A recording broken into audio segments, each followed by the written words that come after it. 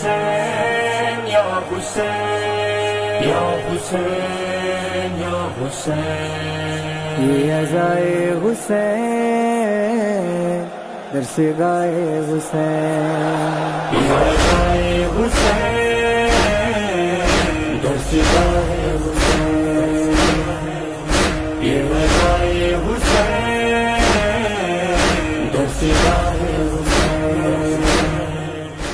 الحمد للہ رب العالمین بارئ الخلائق اجمعین، والصلاة والسلام على جميع الأنبياء والمرسلين، سيما من سمي في الآفاق بأحمد وفي الأرض بأبي القاسم محمد،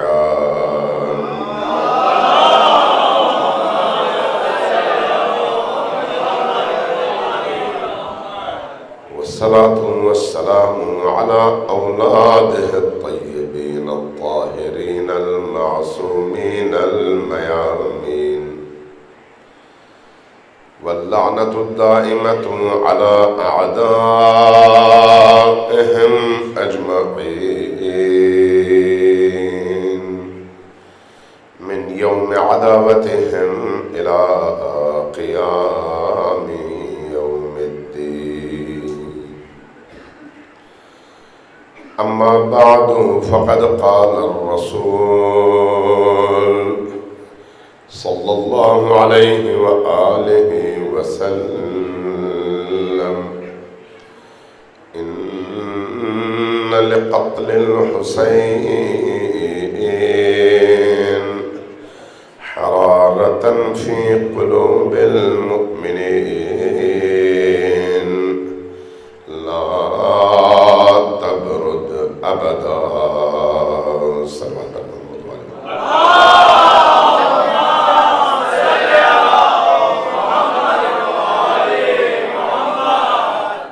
عزیزان گرامی، ایام عزا کے آخری دن ہیں۔ یہی ہفتہ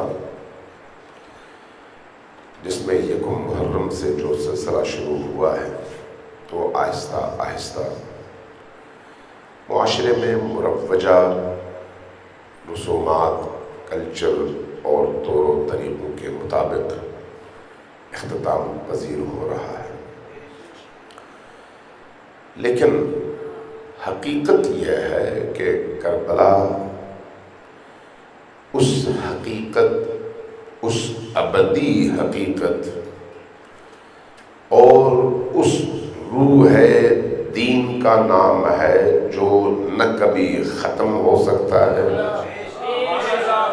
نہ اس کی عمر میں کوئی کمی ہو سکتی ہے، اور نہ ہی اس کے لیے کوئی خاص ٹائم ہے۔ کربلا ایک بہتے ہوئے دریا کی طرح سے ہے۔ اس دریا کی روانی میں نہ کبھی کمی آتی ہے اور نہ کوئی اس دریا کو روک سکتا ہے۔ اس لیے کربلا کا تذکرہ صرف 2 مہینے 10 دنوں کا تذکرہ نہیں ہے، بلکہ یہ تذکرہ ہر آن، ہر لمحے، ہر دن، ہر رات، ہر ہفتے، ہر مہینے، ہر سال اور تا قیام قیامت ہر دور میں اس کو دہرایا جانا ہے۔ اور اگر انسانی معاشرے کو زندہ رکھنا ہے تو پھر اس زندگی کی بقا کی ضمانت کا نام ذکر حسین اور عزاداری حسین ہے۔ لہذا یہ 2 مہینے 10 دن یا 9 دن کی داستان نہیں ہے۔ لہذا 9 ربیع الاول کو ہم الوداع نہیں کہتے۔ الوداع کا کیا مطلب ہے؟ ذکر حسین کیا ہے اصل میں؟ ابھی جو میں نے روایت آپ کے سامنے بیان کی، نبی کریم نے فرمایا فرمایا ان لقتل الحسین حرارتا فی قلوب المؤمنین لا تبرد ابدا. قتل حسین، شہادت حسین وہ عظیم ترین حادثہ ہے جس کی وجہ سے اللہ تبارک و تعالی صاحبان ایمان کے دلوں میں، اہل ایمان کے دلوں میں، یعنی مؤمنین کے دلوں میں آگ کا ایک ایسا شعلہ جلا ڈالے گا، شعلور کر دے گا، مشتعل کر دے گا کہ اس کے اندر آگ کا وہ شعلہ جلتا رہے گا یہاں تک کہ قیامت آ جائے. ان لقتل الحسین حرارتا فی قلوب المؤمنین لا تبرد ابدا. یہ شعلہ جلتا رہے گا، یہ شعلہ حرارت دیتا رہے گا، اہل ایمان کے دلوں کو گرماتا رہے گا، انہیں میدان میں کھڑا کرتا رہے گا، اور کوئی آن، کوئی دن، کوئی ہفتہ، کوئی رات، کوئی مہینہ، کوئی سال اس کے بغیر نہیں گزرے گا. ابداً ابد آئے گا، یعنی قیامت کا دن آئے گا، لیکن یہ غم اور یہ حرارت کبھی بھی نہ بند ہوگی، نہ رکے گی، نہ اس سلسلے کو کوئی روک سکے گا. کیوں کربلا کس لیے ہے؟ کیا کربلا اس لیے ہے کہ ہم امام بارگاہ بنا کر ایک مجلس عزا سجا کر ثواب کمائیں اور نکل جائیں؟ کیا اس لیے ہے؟ یا کربلا ایک ضابطۂ حیات ہے، زندگی گزارنے کے اصولوں کا نام کربلا ہے.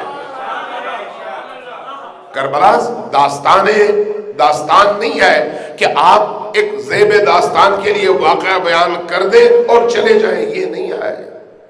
کربلا ماضی کا ایک واقعہ نہیں ہے. کربلا وہ خون ہے جو امت کی رگوں میں جب تک ہے امت باقی ہے.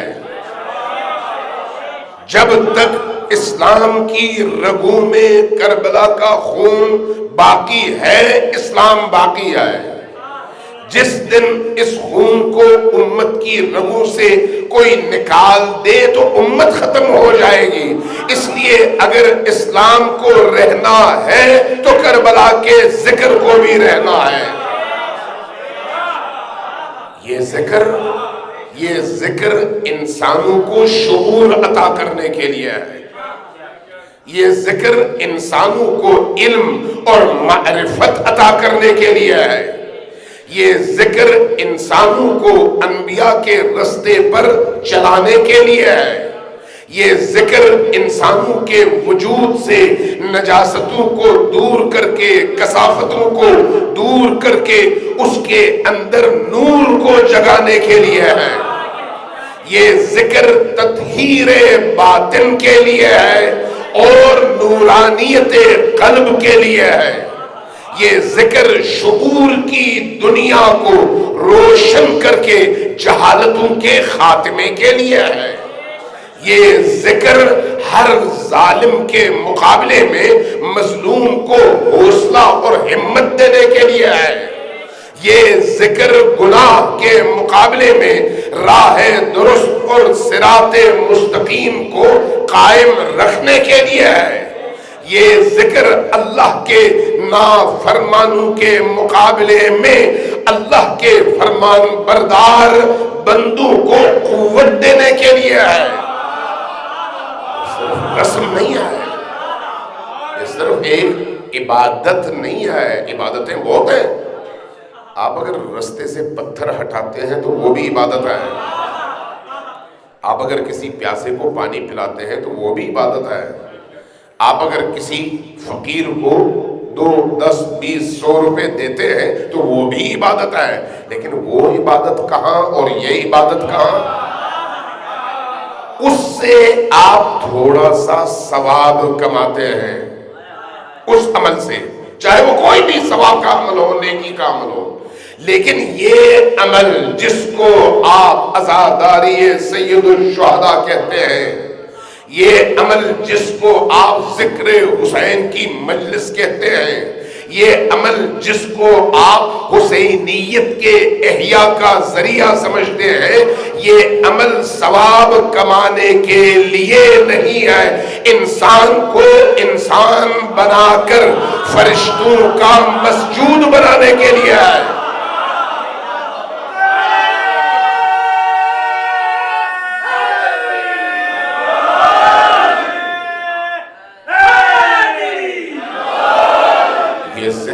انسان کو معراج عطا کر کے اس کو پرواز کے لیے پر عطا کر کے اس مقام تک پہنچانے کے لیے ہے کہ فرشتے اس ذاکر حسین، پیرو حسین، مطیع حسین اور عزادار حسین کو دیکھ کر رشک کریں.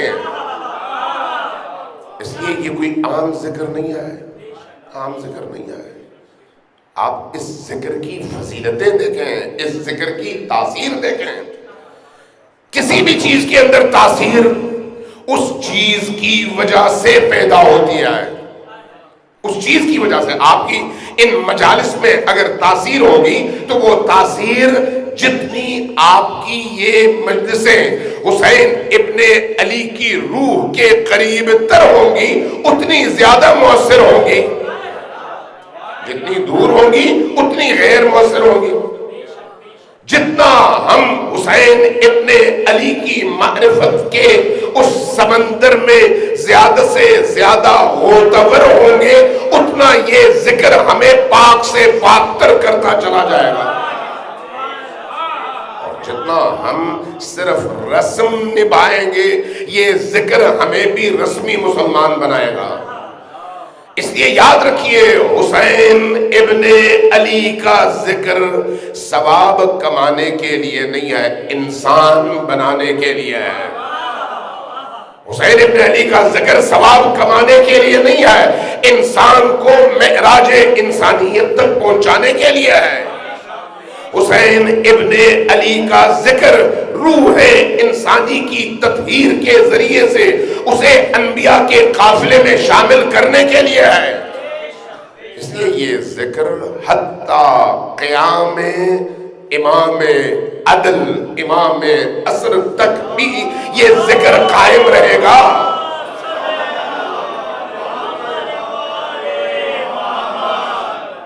وعجل فرجہم. دوبارہ صلوات بھیجیے بر محمد والی. تھوڑا سا پانی دیجیے.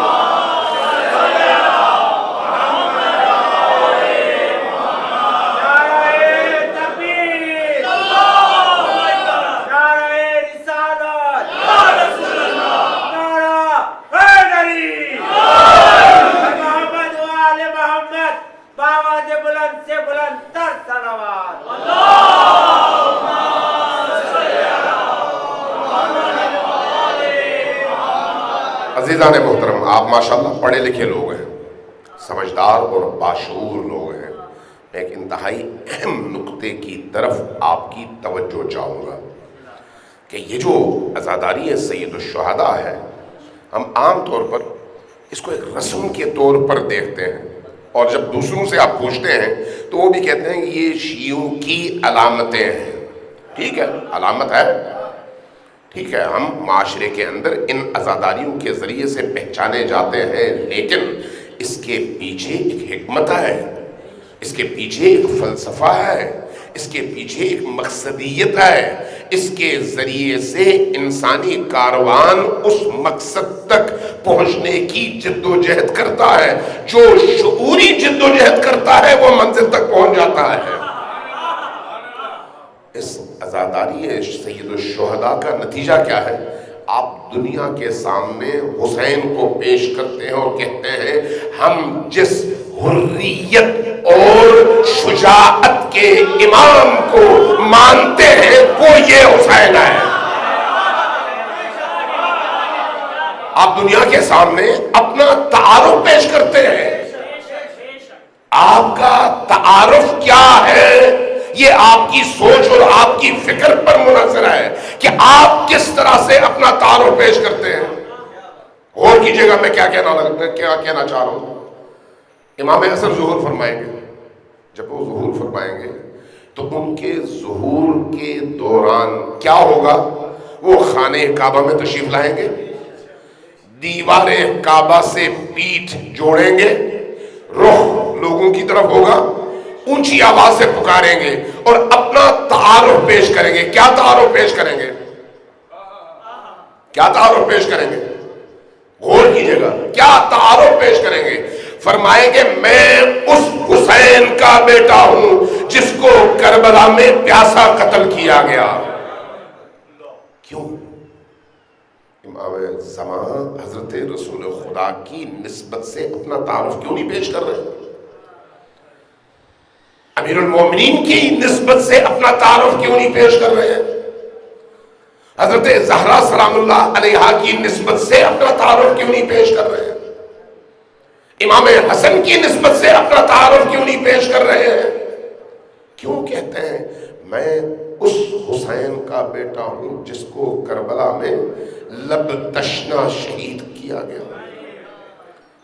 دوسرا جملہ امام زمان سے منسوب جو آپ اس ظہور کے موقع پر عالم کو مخاطب کر کے فرمائیں گے، الا یا اہل العالم، اے دنیا والوں غور سے سنو میں کون ہوں؟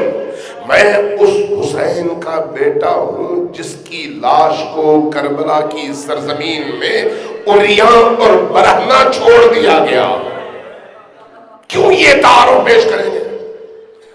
اس لیے کہ وہ زمانہ ایسا ہوگا، توجہ ہے آپ کی توجہ چاہیے، میں اس وقت مسائل بیان نہیں کر رہا، صرف آپ کی توجہ چاہ رہا ہوں۔ وہ زمانہ کیسا زمانہ ہوگا کہ پوری دنیا کے اندر مسلمان ہو یا غیر مسلم، کافر ہو یا ملحد، بت پرست ہو یا خدا پرست، عیسائی ہو یا یہودی، کمیونسٹ ہو یا ایتھسٹ، سب کو معلوم ہوگا کہ حریت کا امام کون ہے اور ظلم کا پیشوا کون ہے۔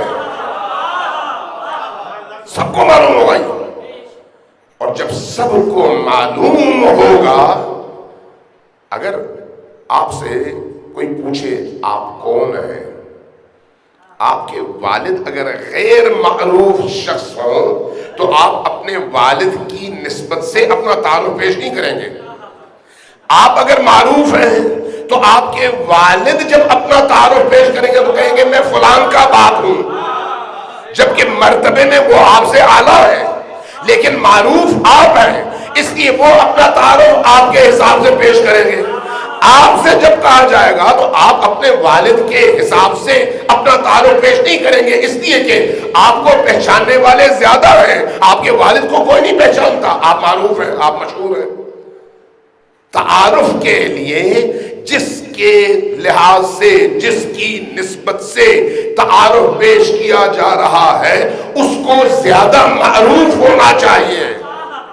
امام عصر، مہدی آخر الزمان، وہ ہستی ہیں جن کے ظہور کے لیے، جن کی آمد کے حوالے سے شیعوں کے اندر بھی، اہل سنت کے اندر بھی روایات کی ایک کثیر تعداد موجود ہے کہ مہدی آخر الزمان آئیں گے اور قیام کریں گے۔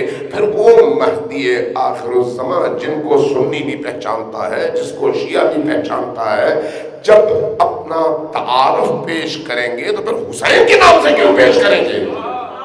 اس لیے کہ پوری دنیا، توجہ بہت باریک اور بہت اہم نکتہ ہے کہ پوری دنیا تڑپ رہی ہوگی، مضطرب ہوگی، ظلم کی چکی تلے پس رہی ہوگی، ان کو کسی ایسے پیشوا کی ضرورت ہوگی جس پیشوا کو وہ سمجھتے ہوں گے کہ ایسا حر، ایسا امام الاحرار، ایسا سربلند، ایسا شجاع، ایسا ایثارگر اور ایسا قربانی دینے والا امام چاہیے تاکہ پوری دنیا کو ظلم سے نجات دلا سکے۔ جب ہر ایک کے دل کی آواز یہ ہوگی تو پھر سید الشہداء کے ماننے والے، سید الشہداء کی عزاداری کرنے والے، سید الشہداء کی مجالس برپا کرنے والے، سید الشہداء کے نام پر علم لے کر نکلنے والے، سید الشہداء کے نام پر مشی کر کے کئی سو کلومیٹر پیدل چلنے والے، اس سے پہلے پورے معاشرے کو، انسانی بستیوں کو، انسانی اذہان کو آمادہ کر چکے ہوں گے کہ ہم جس کو مانتے ہیں وہ حر بھی ہے، آزاد بھی ہے، سربلند بھی ہے، بہادر بھی ہے، شہید بھی ہے، اللہ کی حجت بھی ہے، اور وہ ہے جس کو ہم سالار شہداء حسین ابن علی کہتے ہیں۔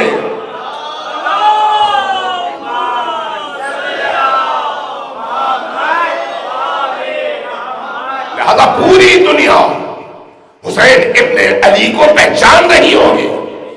جب پوری دنیا پہچان رہی ہوگی تو پھر امام جب تشریف لائیں گے تو پھر ان کو حسین ابن علی علیہ السلام کا تعارف پیش کروانے کی ضرورت نہیں ہے، پھر وہ اپنا تعارف ان کی نسبت سے پیش کر کے فرمائیں گے کہ تم جس حسین کی مظلومیت سنتے رہے ہو، جس کی شجاعت سنتے رہے ہو، جس کی حریت سنتے رہے ہو، جس کی قربانی سنتے رہے ہو، جس کے بارے میں تمہیں معلوم ہے کہ اس نے ظلم کے مقابلے میں ایک لمحے کے لیے سر نہیں جھکایا، میں اس حسین کا بیٹا ہوں۔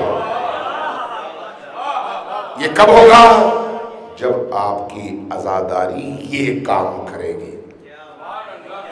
عزاداری اس لیے ہے کہ دنیا کو بتا دو کہ یہ عزاداری رسم نہیں ہے، رزم گاہ ہے اور میدان جنگ ہے۔ کس کے خلاف میدان جنگ ہے؟ ظلم کے خلاف۔ جنگ کے لیے تیاریوں کے مختلف مراحل ہوتے ہیں۔ کسی دیہات سے، گاؤں سے ایک جوان کو، 20-25 سال کے جوان کو لا کر آپ اگر یہاں پر کھڑا کر دیں اور اس کے ہاتھ میں گن دے دیں اور اس کو کہیں کہ جاؤ جا کر فلان لوگوں سے لڑو، تو وہ پریشان ہوگا کہ میں کیوں لڑوں، ان سے میری کیا دشمنی ہے، میں ان سے کیوں لڑوں، کیوں اپنی جان قربان کرنے کی کوشش کروں۔ لیکن جب آپ اسی جوان کو بٹھا کر 1 مہینے 2 مہینے سمجھائیں گے، اس کا ذہن بنائیں گے، اس کی روح کو تیار کریں گے، اس کے اندر موجود پوٹینشل کو جگائیں گے، اس کے اندر حریت فکر پیدا کریں گے، اس کو حق کا ساتھ دینے کے لیے آمادہ کریں گے، اس کے اندر ظلم کی نفرت جگائیں گے، اس کے اندر حق کی معرفت کو روشن کریں گے، تو نتیجتاً وہ خود کہے گا مجھے بندوق دو، میں ظلم کے خلاف میدان میں اترنا چاہتا ہوں۔ عزاداری ہے سید الشہداء، مہدوی فورس تیار کرنے کا پلیٹ فارم ہے، مہدی آخر الزمان کی فوج تیار کرنے کا پلیٹ فارم، یہ ثواب کمانے کا پلیٹ فارم نہیں ہے، یہ چند چھوٹے چھوٹے مفادات کے حصول کے لیے جد و جہد کا پلیٹ فارم نہیں ہے۔ حسین بہت بڑی ہستی ہے، ان کی بارگاہ سے ہر چیز ملتی ہے، کوئی شک نہیں، ہر چیز ملتی ہے۔ اگر آپ ان کی بارگاہ سے فرض کریں ایک ٹرک سونا لے سکتے ہیں، آپ مانگے تو وہ ایک ٹرک آپ کو سونا دے سکتے ہو، آپ اگر ان سے کہیں مجھے 100 روپے چاہیے تو یہ اس ہستی کی توہین ہے یا نہیں؟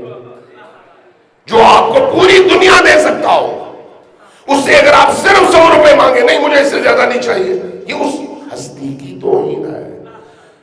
عزاداری سید الشہداء انسان کو معرفت اور شعور کے لحاظ سے اس منزل تک پہنچاتی ہے کہ اس کے نتیجے میں انسان پرواز کرتے ہوئے فکری طور پر، شعوری طور پر، معنوی طور پر اس مقام تک پہنچتا ہے کہ اب دنیا اس کی نظروں میں ہیچ ہو جاتی ہے، دنیا کی قیمت اس کی نظروں میں ختم ہو جاتی ہے، حتیٰ آخرت کی قیمت ختم ہو جاتی ہے، جنت کی قیمت ختم ہو جاتی ہے، اس انسان کے لیے جنت بھی حسین ہے، آخرت بھی حسین ہے۔ لیکن اس مقام تک پہنچنے کے لیے شعور چاہیے، اس مقام تک پہنچنے کے لیے تربیت چاہیے، اس مقام تک پہنچنے کے لیے پریکٹس چاہیے۔ یہی تربیت اس پلیٹ فارم کی ذمہ داری ہے جس کو ہم مجلس حسین کہتے ہیں۔ مجلس حسین پیسہ کمانے کا ذریعہ نہیں ہے، امام بارگاہیں مجلس حسین کا مرکز ہوا کرتی ہیں، ایسا ہے یا نہیں؟ امام بارگاہیں عہدے لینے کے دوڑ کا میدان نہیں ہے، خدمت کے دوڑ کا میدان ہے۔ اور یہ ممبر میری ذات کی تشہیر اور خطابتوں کی تشہیر کا ممبر نہیں ہے، حسینیت کو بیان کرنے کا ممبر ہے۔ لہذا سمجھیے اس چیز کو کہ ہماری عزاداری کو کتنی بلندیوں پہ نظر آنا چاہیے۔ ہم جو کچھ بھی کرتے ہیں یہ علامتی ہیں، علم نکالتے ہیں علامت ہے، زلجناح نکالتے ہیں علامت ہے، سڑکوں پہ نکلتے ہیں علامت ہے، مشی کرتے ہیں علامت ہے، ہر ایک کے پیچھے ایک حکمت ہے، اور وہ حکمت کیا ہے؟ ہر دیکھنے والے کی نگاہوں کو بھی حسین کا عادی بنا دو، کانوں کو بھی حسین کا عادی بنا دو، دل کو بھی حسین کا عادی بنا دو، تاکہ جب حسین کا بیٹا آئے تو ہر شخص بلا جھجک حسین کا علم لے کر میدان میں نکلے اور لبیک کہے۔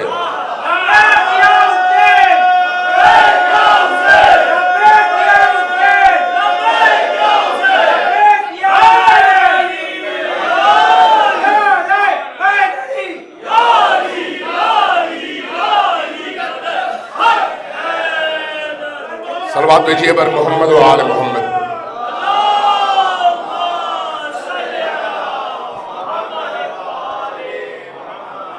عزاداری ہے سید الشہداء، عزاداری ہے سید الشہداء، بہت بڑی عبادت ہے۔ آپ دیکھیے نماز، نبی کریم فرماتے ہیں قرۃ عینی، میری آنکھ کی ٹھنڈک ہے نماز۔ لیکن کسی نے یہ آپ سے کہا کہ نماز پڑھ لو تو سیدھے جنت چلے جاؤ گے؟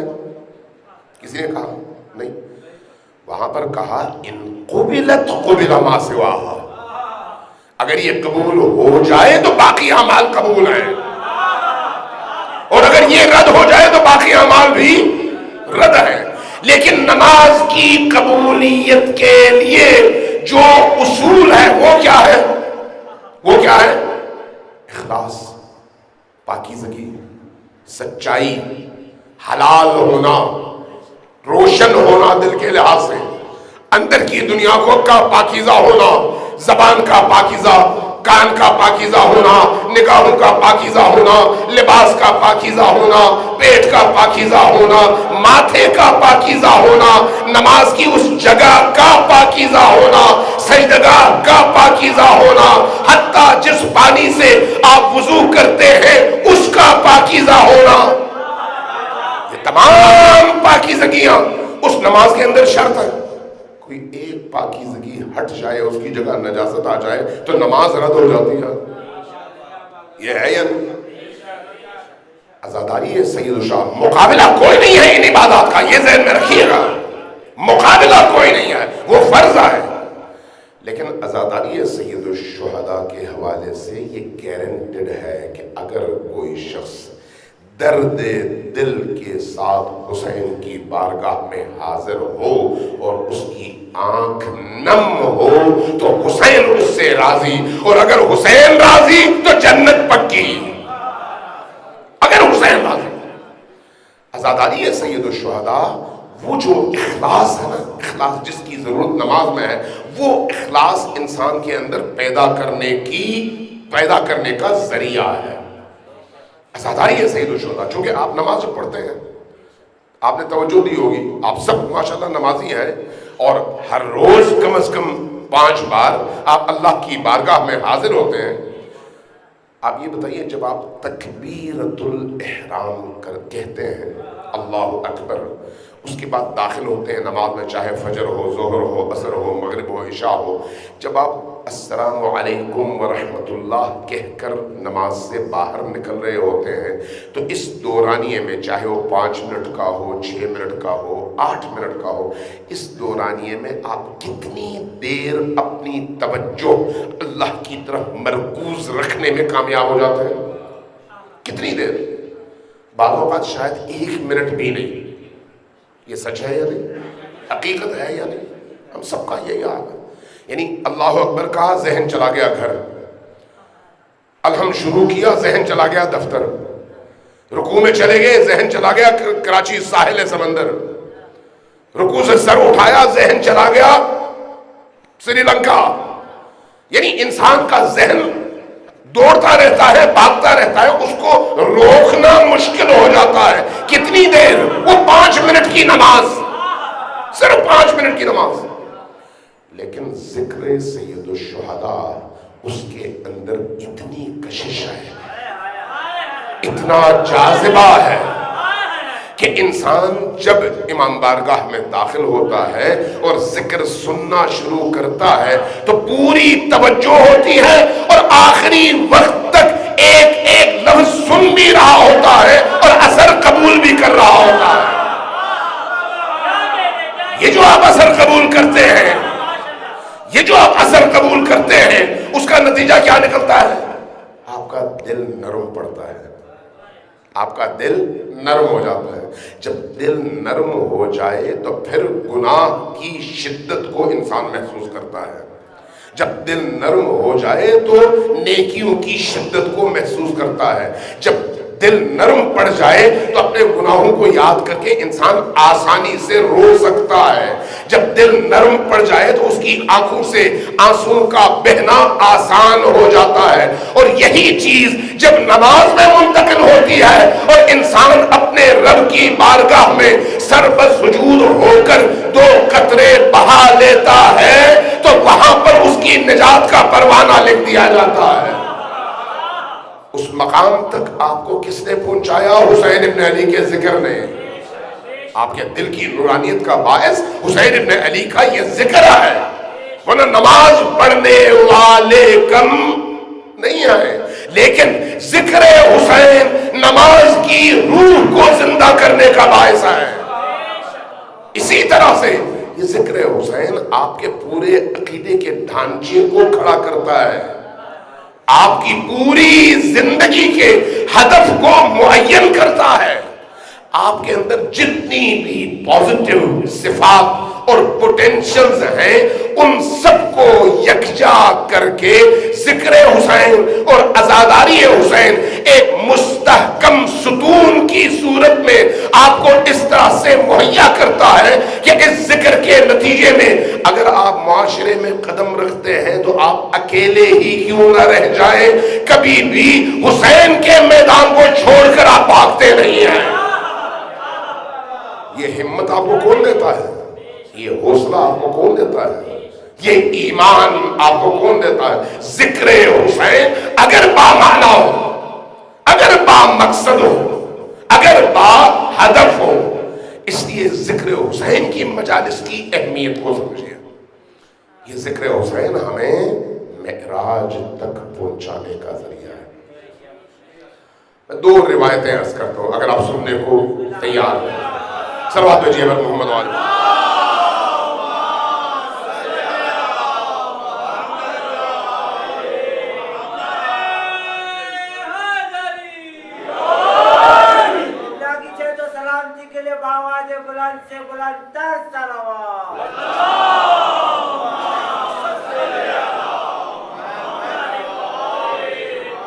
آپ نے امام احمد ابن حنبل کا نام سنا ہے؟ کون ہے؟ اہل سنت کے فقہی 4 ائمہ میں سے ایک امام۔ ان کی 4 فقہی مکاتب ہیں، حنبلی، مالکی، شافعی اور حنفی۔ امام احمد ابن حنبل کے پیروکار عرب دنیا میں بہت زیادہ ہے۔ پاکستان میں سارے حنفی ہیں، بعض ممالک میں شافعی ہیں، بعض ممالک میں مالکی ہیں، عربوں میں زیادہ امام احمد ابن حنبل کے ماننے والے ہیں، خود اہل سنت ہیں، محدث بھی ہیں اور محدث ہونے کے ساتھ ساتھ فقہ کے امام بھی ہیں۔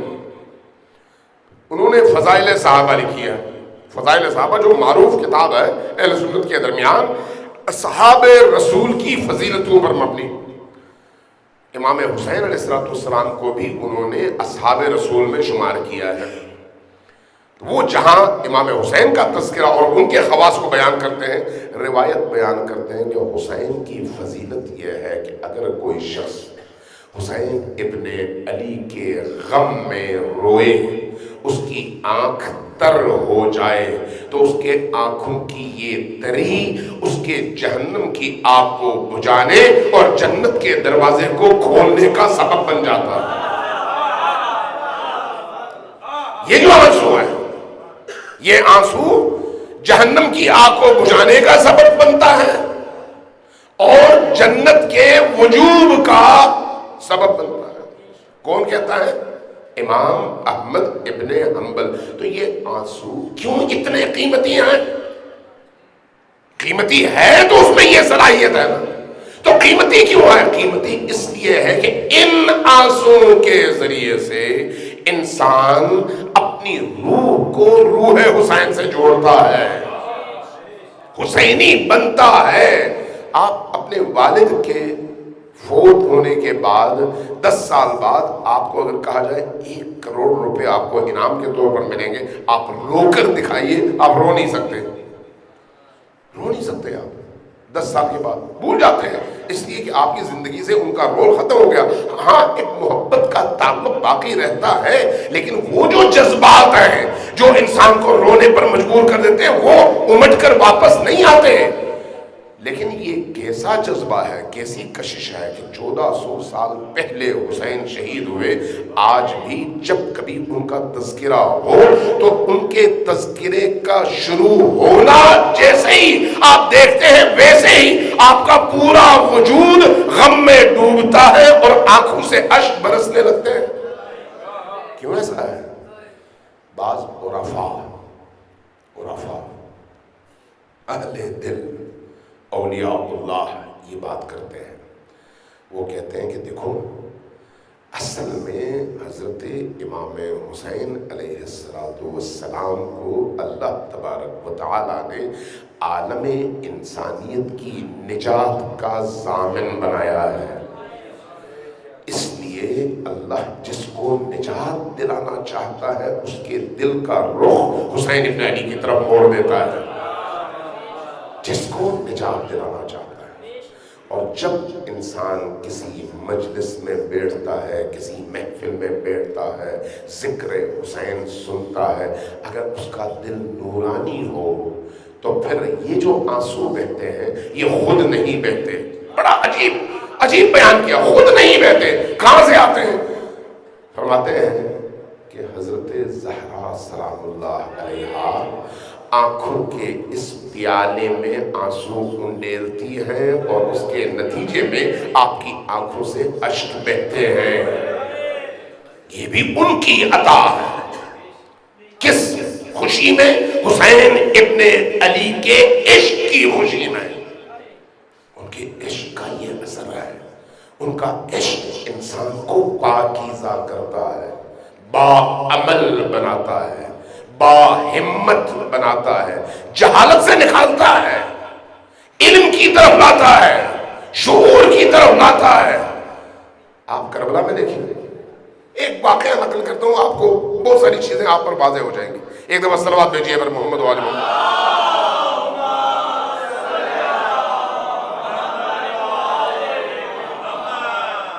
ذکر حسین کو ہمیشہ اس اینگل سے دیکھیے کہ آپ جب ذکر حسین کی مجلس میں داخل ہوئے تو داخل ہونے سے پہلے آپ کیا تھے، نکلنے کے بعد کیا ہے. اگر تبدیلی آئی ہے تو آپ ذکر میں بیٹھے ہیں، اگر تبدیلی نہیں آئی تو اپنے اندر غور کیجئے گا کہ مشکل کہاں پر ہے، گرہ کہاں پر ہے.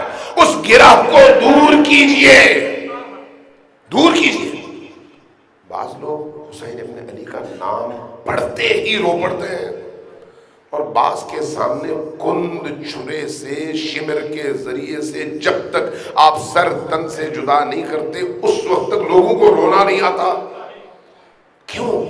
اندر غور کرنے کی ضرورت ہے کہ مشکل میرے اندر آئے، اس مشکل کو دور کریں۔ حسین ابن علی کا تذکرہ دنیا کمانے کے لیے نہیں ہے، میں نے پہلے اشارہ کیا، دنیا کمانے کے لیے نہیں ہے۔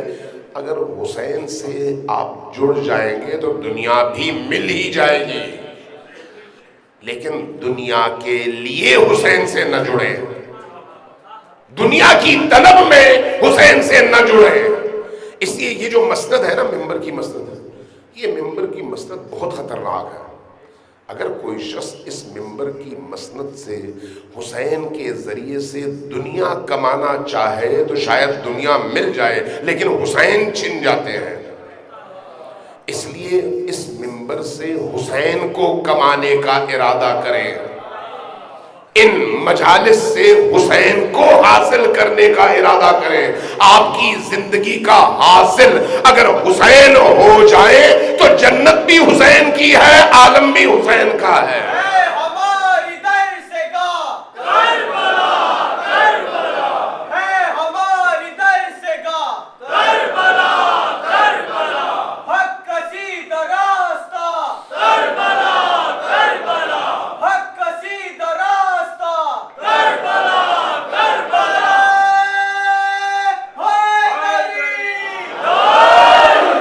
امام حسین علیہ السلام مدینہ سے نکلے، مکہ آئے، مکہ سے عراق کی طرف روانہ ہوئے۔ رستے میں ایک جگہ سے گزر رہے تھے، اطلاع ملی کہ یہاں پر قریب میں نبی کریم کے ایک جلیل القدر صحابی ہیں، اور ان کا گھر ہے، ان کا باغ ہے، ان کا مزرعہ ہے، ان کی کھیتیاں ہیں، ان کی جاگیر ہے۔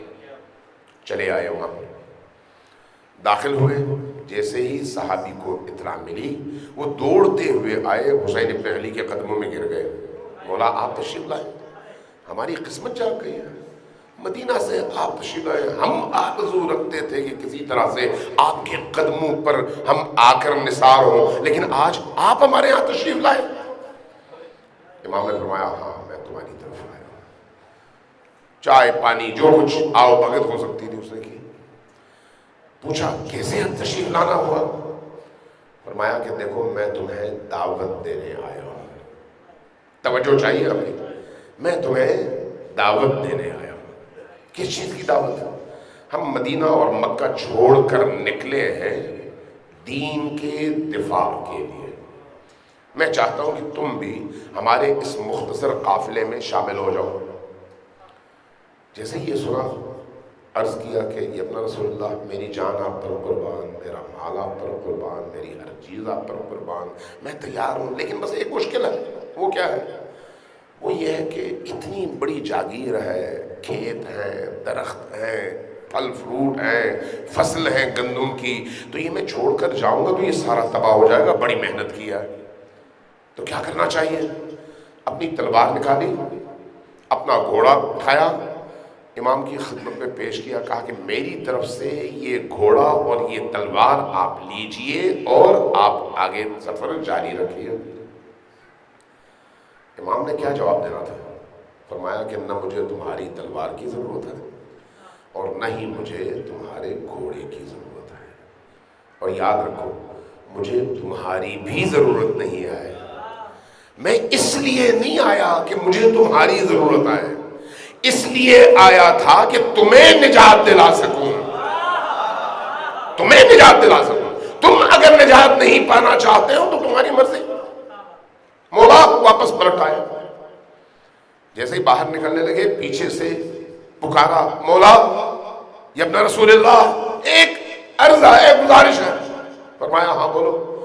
کہا میں نے جب سے یہاں پر اس زمین پر کام شروع کیا ہے، میں نے مختلف کنویں کھودے، کنووں سے جو پانی نکلتا ہے وہ کھارا ہے، میٹھا نہیں ہے۔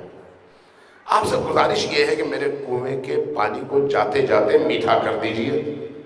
فرمایا کہ ٹھیک ہے۔ اندر آئے، ایک کنویں سے ڈول نکالا پانی کا اور اس میں اپنا لعاب دہن ڈالا، اس کو واپس انڈیل دیا اور کہا جاؤ تمہارا پانی میٹھا ہو گیا۔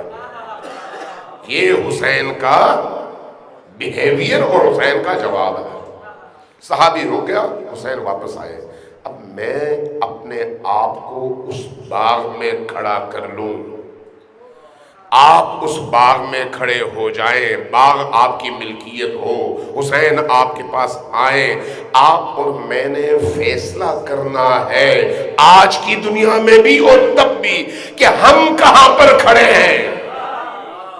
ہم نے حسین ابن علی سے اپنے کنویں کے پانیوں کو میٹھا کروانا ہے یا قافلے حسین میں شامل ہونا ہے؟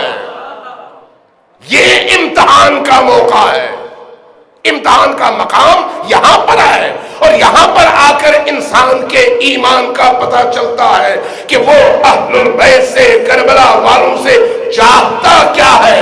آیا اپنا دنیا کا مفاد اور دعاؤں کی قبولیت، چند سکے اور چند دعائیں، یا پھر حسین سے حسین کو چاہتا ہے؟ یہاں فیصلہ کرنا بڑا مشکل ہے، بڑا مشکل ہے، آسان نہیں ہے۔ اس لیے یہ یاد رکھیے کہ حسینی بننے کے لیے کربلا جانا ضروری نہیں ہے۔ جو لوگ کربلا جاتے ہیں یہ سعادت ہے ان کے لیے، بہت بڑی سعادت ہے، لیکن کربلا جانے کا مطلب کربلائی بننا نہیں ہے جب تک دل کربلائی نہ ہو، جب تک روح کربلائی اور حسینی نہ ہو۔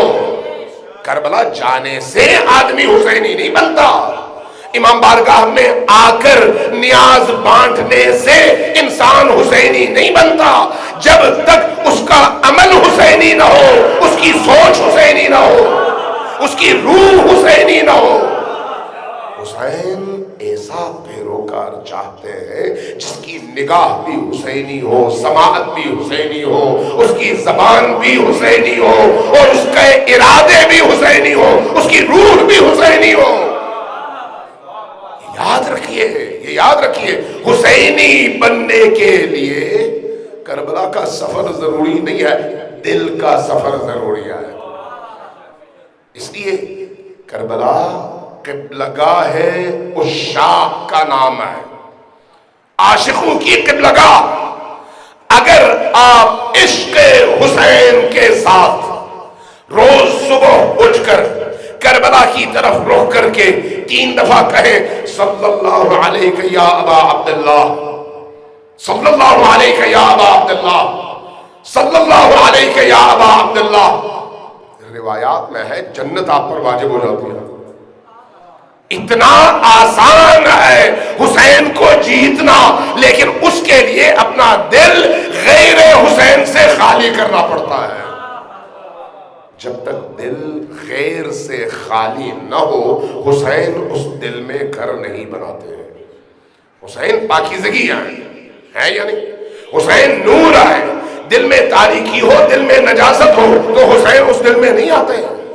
اگر آپ کی اسی امام بارگاہ میں، آپ کی مسجد میں کوئی آ کر غلاظت بکھیر دے تو آپ کسی مہمان کو لا نہیں سکتے جب تک اس غلاظت کو آپ صاف نہیں کرتے۔ اس لیے آپ کی پہلی ترجیح یہ ہوگی کہ پہلے مکان کو صاف کرو، اس کے بعد مکین کو بلاؤ۔ یہ دل مکان حسین ہے، منزل حسین ہے، خانہ حسین ہے۔ اس دل میں حسین کو بلانے کے لیے اس دل کو پاکیزہ کرنا ضروری ہے۔ جب دل پاکیزہ ہوگا تو آپ کراچی میں بیٹھے ہوں گے، حسین آپ کے دل میں بیٹھے ہوں گے۔ سلوات بھیجیے بر محمد و آل محمد۔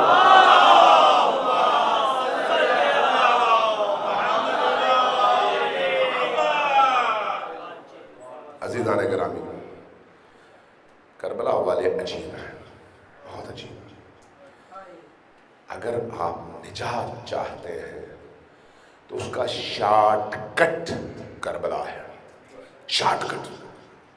چاہے ہم کچھ بھی ہو، اگر ایک دفعہ حسین سے جڑ گئے نا، حسین سے جڑنے کے بعد پھر کوئی فکر نہیں ہے، کوئی اندیشہ، کوئی غم باقی نہیں رہتا۔ میں کیا عرض کروں، امام صادق علیہ السلام نے اس لیے ایک جملہ ارشاد فرمایا،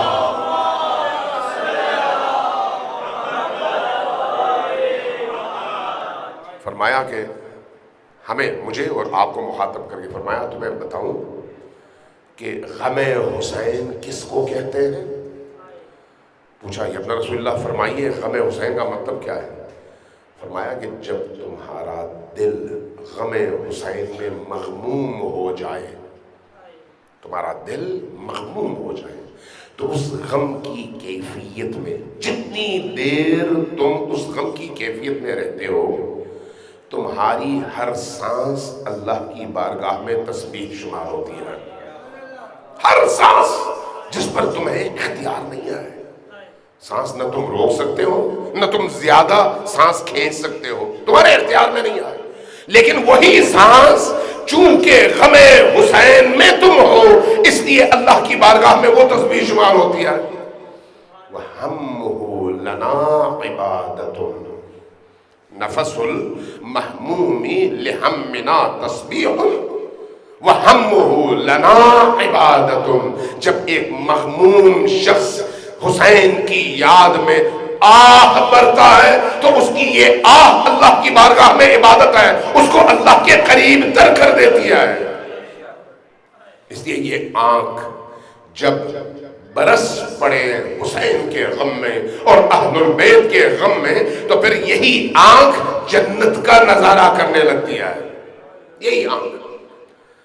امام صادق علیہ السلام نے بڑا عجیب جملہ ارشاد فرمایا عالم آخرت کے حوالے سے. عجیب ہے. فرمایا کہ دیکھو کربلا والوں کا تذکرہ بڑا عجیب ہے، چاہے کوئی بھی فرد ہو کربلا کا. مجھے کہا گیا ہے کہ میں آج حضرت عباس علمدار کے حوالے سے کچھ جملے آپ کی خدمت میں عرض کروں، لیکن ساتھ میں یہ بھی کہا گیا ہے کہ آپ حضرت زینب سلام اللہ علیہا اور حضرت سکینہ بنت الحسین کو بھی ٹچ کریں، سب کو ملا کر. تو اب یہ ذرا مشکل کام ہے، لیکن میں چند چیزیں ضرور آپ کی خدمت میں بیان کرتا ہوں، ذرا غور کیجئے گا. امام صادق علیہ السلام نے جو روایت بیان کی ہے نا، انسان کی روح تڑپ اٹھتی ہے، روح تڑپ اٹھتی ہے. فرمایا کہ جب عالم محشر برپا ہوگا، توجہ ہے آپ کی، توجہ ہے، جن کی توجہ ہے وہ ذرا اونچی آواز سے صلوات بھیجیں.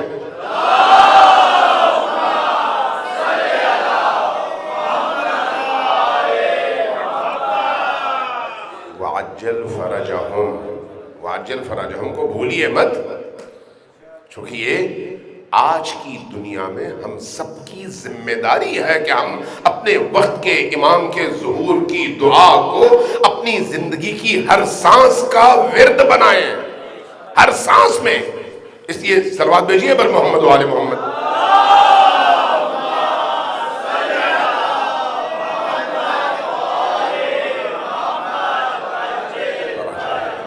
امام فرماتے ہیں کہ جب عالم محشر برپا ہوگا، تمام گناہگار اربوں انسان حضرت آدم کے دور سے لے کر تا قیام قیامت تمام انسان عالم محشر میں جمع کیے جائیں گے. اب آپ ذرا سوچئے، کھربوں انسان.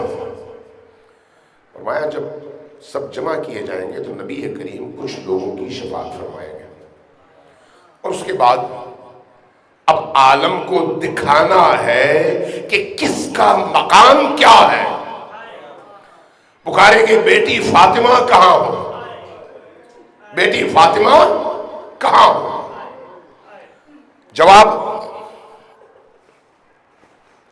جواب میں سارا محشر نگاہ اٹھا کر دیکھے گا کہ جواب کہاں سے آتا ہے. ایک دفعہ آواز آئے گی، یا اہل المحشر، اے محشر والو اپنی نگاہیں جھکا لو، فاطمہ آ رہی ہیں. سارا محشر نگاہیں جھکا لے گا. حضرت بی بی دو عالم 70,000 فرشتوں کی جرمٹ میں نبی کریم کی بارگاہ میں کھڑی ہو جائیں گی، حاضر ہوں گی. جب آپ تشریف لائیں گی تو رسول کریم پکاریں گے، بیٹی فاطمہ امت کے یہ گناہگار شفاعت کے انتظار میں ہیں، ان کو شفاعت چاہیے، ان کی شفاعت کے لیے کیا لے کر آئی ہو. جب یہ سوال پوچھیں گے تو سارا محشر تڑپ کر تجسس سے سر اٹھا کر دیکھے گا کہ کیا جواب ملتا ہے. کیا دیکھیں گے؟ دیکھیں گے کہ بی بی اپنے دونوں بازو اپنی چادر کے اندر سے باہر نکالیں گی تو ان دو ہاتھوں میں 2 کٹے ہوئے بازو لٹک رہے ہوں گے، 2 کٹے ہوئے بازو لٹک رہے ہوں گے.